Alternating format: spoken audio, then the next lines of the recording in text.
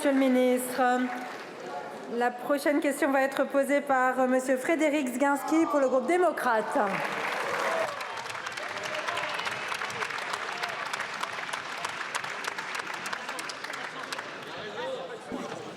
Merci Madame la Présidente, Monsieur le Premier ministre, Mesdames et Messieurs les ministres, chers collègues. Ma question s'adresse à Monsieur Marc Fesneau, ministre de l'Agriculture et de la Souveraineté alimentaire. Vous avez pris une décision difficile mais nécessaire concernant la suspension du plan Éco-Phyto la semaine dernière. Évidemment, la réduction de l'utilisation de produits phytosanitaires doit rester une priorité. Cependant, il est également impératif d'accompagner nos agriculteurs dans cette voie. Il est impensable de les laisser sans solution tant qu'un traitement alternatif ne sera pas disponible. La transition vers une agriculture plus durable et plus respectueuse de l'environnement passe par une modification en profondeur des pratiques agricoles. Mais cela nécessite un vrai soutien à l'innovation pour trouver des alternatives aux produits de synthèse. Je pense en particulier aux solutions de biocontrôle qui font appel à des mécanismes naturels. Ces alternatives aux pesticides sont à la fois efficaces et respectueuses de la santé des sols, des écosystèmes et des populations. Or, il est urgent de soutenir financièrement cette filière. 10 millions d'euros par an sont d'ores et déjà prévus pour des projets de recherche et de déploiement. Il faut amplifier cet effort pour que la R&D et les expérimentations s'accélèrent et que des solutions alternatives soient trouvées pour tous les usages. En parallèle, il est nécessaire d'alléger les procédures d'homologation particulièrement longues, complexes et parfois décourageantes pour nos jeunes entreprises françaises qui se lancent dans le biocontrôle. Nous avons la chance d'avoir des sociétés françaises leaders en matière d'innovation dans le domaine de biosolutions et du biocontrôle. Je pense notamment à Immunrise Biocontrôle, présente dans ma commune de Cestas. Il est impératif de les soutenir pour conserver notre avance et travailler ainsi à la reconquête de notre souveraineté alimentaire.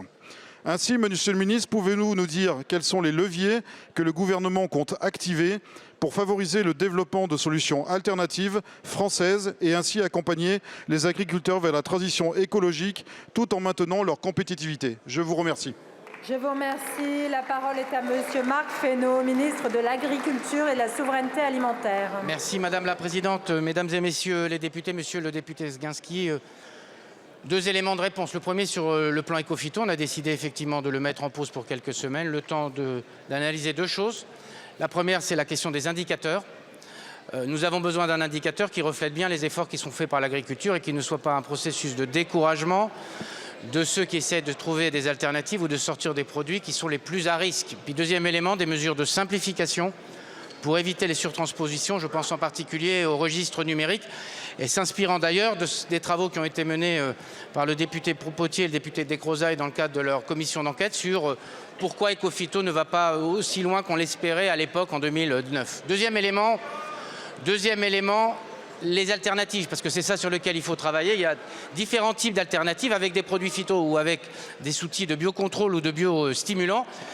Vous dire que nous avons travaillé, il y a déjà un programme, vous l'avez évoqué, qui est en cours sur ces sujets-là. On a deux sujets. Le premier, c'est que l'innovation doit pouvoir s'accompagner d'une rapidité sur les homologations. Donc on a besoin d'accélérer le fait qu'une fois qu'on a trouvé une innovation, elle puisse se déployer soit en expérimentation, soit en généralisation. Et là aussi, il faut travailler au niveau national et au niveau européen pour que, dès lors qu'on a trouvé une alternative, on puisse très rapidement la mettre à disposition des agriculteurs. C'est un élément évidemment central. Cette innovation doit pouvoir aller, comme on dit, dans les cours de ferme. Et puis le deuxième sujet, c'est les moyens qu'on doit y consacrer. Je lancerai dans quelques semaines ou quelques jours avec ma collègue Sylvie Retailleau un programme dans le cadre de France 2030 qui vise à encourager les biostimulants et les outils du biocontrôle, doté de 60 millions d'euros. Donc 42 millions d'euros de fonds publics, il y aura 18 millions de fonds privés parce qu'on a besoin que les firmes puissent rentrer dans la logique pour accompagner les solutions dont ont besoin les agriculteurs. La transition, ça ne doit pas être une punition. La transition, ça doit être des moyens, des objectifs et de l'accompagnement. Et c'est ce qu'on met sur la table sur ces sujets-là. Merci beaucoup, Monsieur le ministre.